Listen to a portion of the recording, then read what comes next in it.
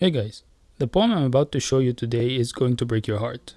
But first, before I read you that poem and for you to really understand it, I need to provide you with some background and some context. This is going to include information about the poet, his origins, the woman the poem is about, some cultural concepts related to that specific area of Egypt where the poet is from. I'm also going to discuss the concept of ghurba, or leaving one's own country mostly unwillingly to be able to escape poverty and or have a better life. So with all that said, I would like to introduce the poet Abdulrahman Al Abnudi. Al Abnudi is an Egyptian poet born in 1938 in the village of Abnoud in the governorate of Qina in Egypt. He wrote songs and wrote in magazines, but he became famous for his poetry.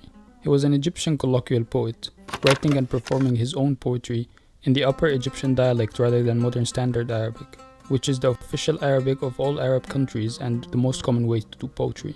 He became famous for his captivating poetry, reciting performances in a school of poetry that values authentic recitation in one's own dialect, and hence it appeals to one's own roots. This school of poetry also puts an emphasis on uplifting the underprivileged and the poor, and hence might use common language from poorer neighborhoods of Cairo, Egypt's melting pot. As a young man, Al Abnudi moved to Cairo for work, and his visits to his village and family became less frequent because of life's circumstances. His poems mean a lot to me personally because I see myself in him. I care about much of what he cared about my home country, about the social injustices taking place in my family. I also left my family from a young age to live abroad and hopefully be able to have a better life. And this brings me to one of the core concepts of the poem and why it is heartbreaking, and that is the concept of ghurba. The word ghurba literally translates to foreignness, i.e. being foreign, but its intended meaning is alienation abroad or, in some cases, exile. It is a state of being an alien in a place where you feel like a stranger, and that is a concept that Al Abnudi visits frequently in his poems. And in this poem, he visits this concept, but not from his perspective, but from the perspective of the only family he had alive at the time, and that is his aunt. Yamna is the name of the poem, and his aunt's name. And the poem is a compilation of things said to the poet by his aunt. It's a monologue that goes through the past, present, and future through the eyes of Yamna, addressing her fears, emotions, and relationship with her nephew.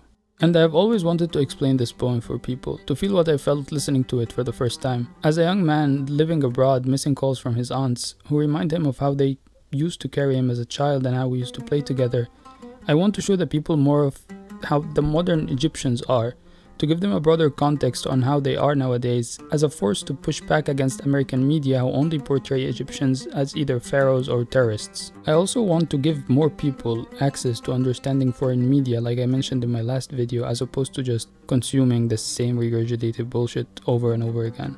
Anyways, I got a little more context to explain, just some random cultural things mentioned in the poem for you to be able to understand it fully. So, first of all, the poet's parents are called Sheikh Mahmoud and Fatna Bkandil. This is going to be important since they are going to be mentioned in the poem. I would also like to show you a side-by-side pictures of where he came from or a similar place compared to where he lived in Cairo, just to have that visual part in your mind while listening to the poem. Okay, 2 more pieces of information and I'm done, I promise. The first one is that in the past, probably 1 or 2 generations ago, people used to believe that having males as children is better than having females. And I, in fact, heard an explanation as to why that was from my grandma. She stated that usually farmers and people living in villages and rural areas prefer to have males since they are able to contribute more financially to the family and take care better of their parents when they grow old. Girls, on the other hand, usually get married and move in with their husband, becoming a part of the family of the husband rather than her own. And this is just a very, very simplified explanation. It's more complicated than that, but I think this would suffice for what is mentioned in the poem. That's it. That's the first one. So, the second piece of information I'd like to reveal is that darker skin tones are viewed as uglier or less preferable in Egypt, even though the majority of the population is not fair-skinned. And Upper Egypt, specifically where the poet is from, is predominantly, and I would say 90%, not fair-skinned. This has many reasons as to why, some as old as the pharaohs. Darker skins are usually associated with working outside for too long, for example as a farmer or a construction worker, etc. While fairer skin is associated with staying indoors, and that is in fact the most popular explanation as to why most females are portrayed as fairer skinned than males in most ancient Egyptian wall carvings. Another more recent interpretation that goes hand in hand with the previous one is that the ruling class of Egypt have not been Egyptian for quite a while. Muhammad Ali, the so-called founder of modern Egypt, was an Albanian, Many Circassians were in control of land and thus had authority over Egyptians and were viewed as upper class, alongside an exaggerated admiration for anything European and more specifically French.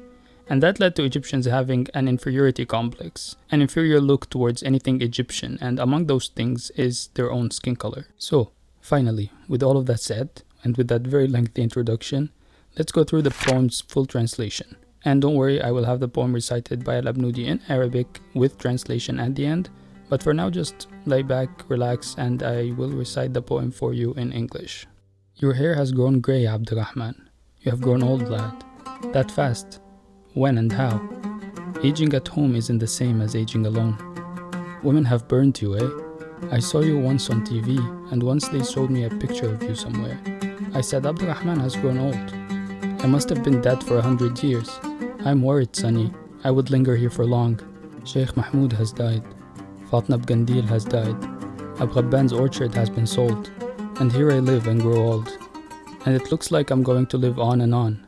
I've lived long. Long enough to see you aged, Abdulrahman. They tell me you got children.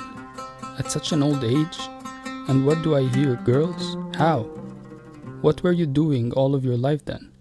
And what good is it to have them now? Anyway, they will be your smell on earth at least, and to keep each other warm. Alright, Abdulrahman. Here we are at last, snatching a glimpse and a whiff of you. Only now you remember Yamna and come calling for auntie? You're my darling, Abdulrahman. By God, love, you are a dear. You stay busy out there, but you still have a heart, unlike the bastards who walked out on us before. Are your wife and daughters pretty, or do they look like us here? What have you called them? Aya and Noor, they say. Couldn't you have gotten yourself a boy? But wait, what good in this world were those we had, if it weren't only for man's greed? You bring me velvet and flannel? Do you think Yamna will live to wear new clothes? You could have better given me money to buy balm for my knee. Oh my, what a dandy you've always been, Abdulrahman. I've been here for 6 years, planted next to the door, but no one comes to call. Okay, I will keep them anyway. They could serve as my shroud. My face has grown wrinkled. Do you remember Yamna and that face? Don't you ever believe this life, it's all a lie. If death comes to you, my son, die at once. Those who died young have remained alive in the heart, as if they have never left. But those who died bit by bit and dried up alive don't even bother to send a greeting across the door.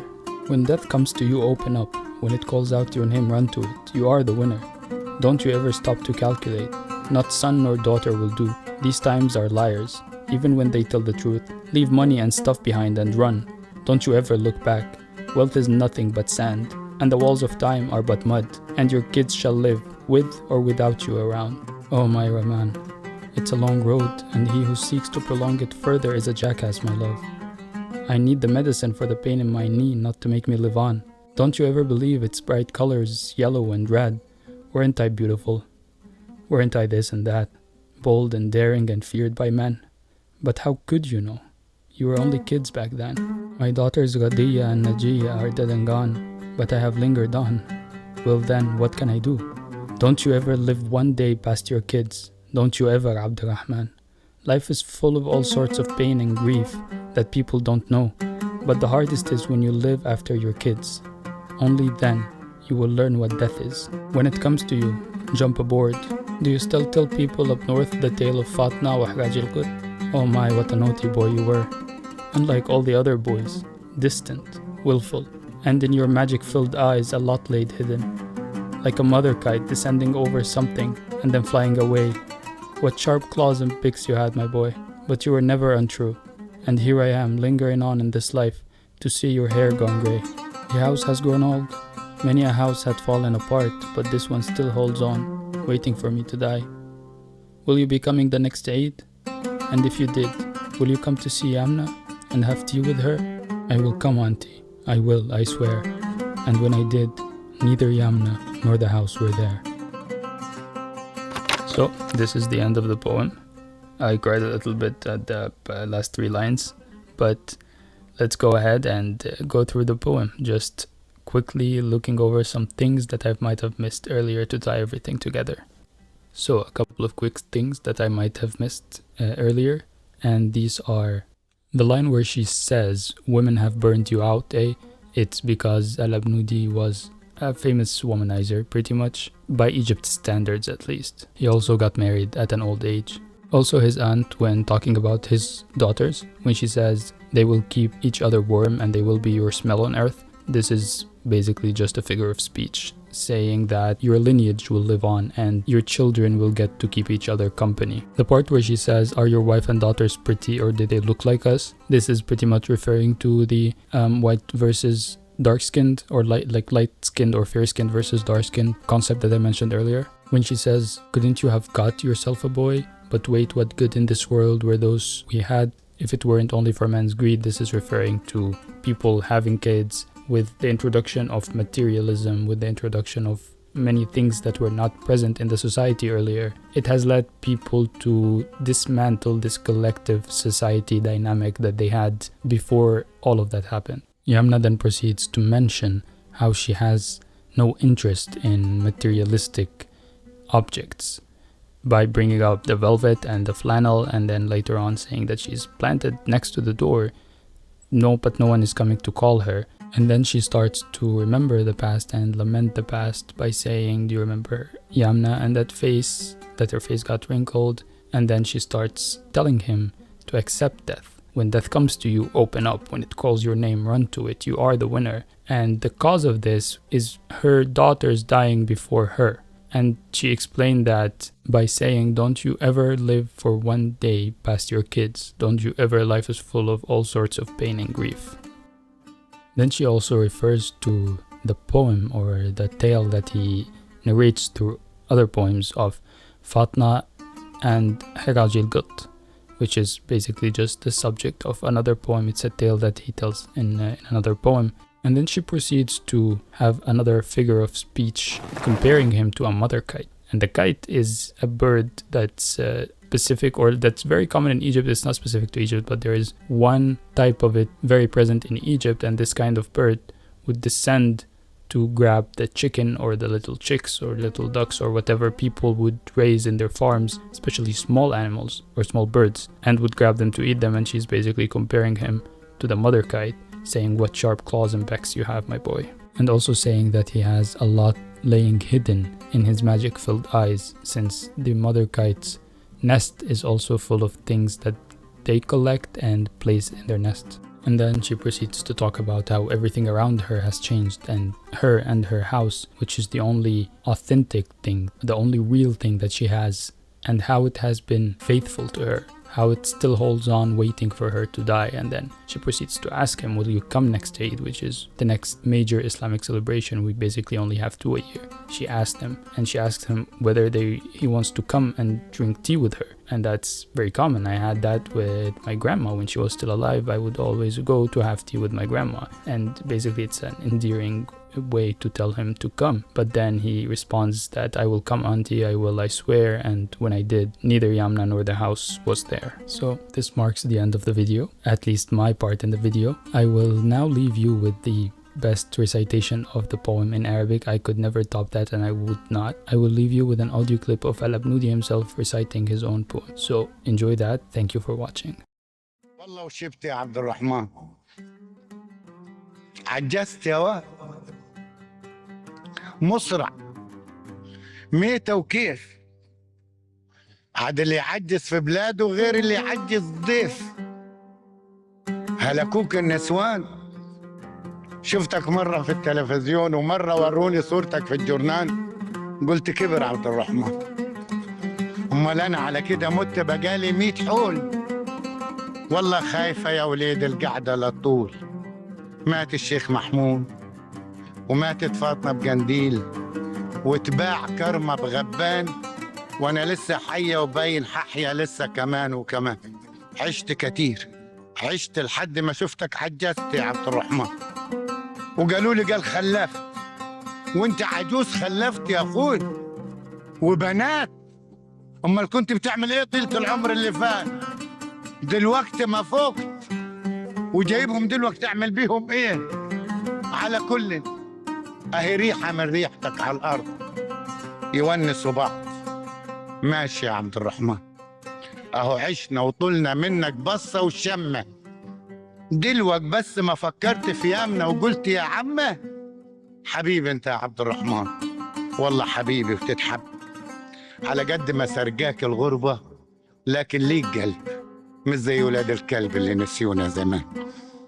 حلوة مرتك وعويلاتك ولا شبهنا؟ سميتهم ايه؟ قالوا لي آية ونور. ما عرفتش تجيب لك حتة واد؟ ولا أقول لك يعني اللي جبناهم نفعونا في الدنيا بإيه؟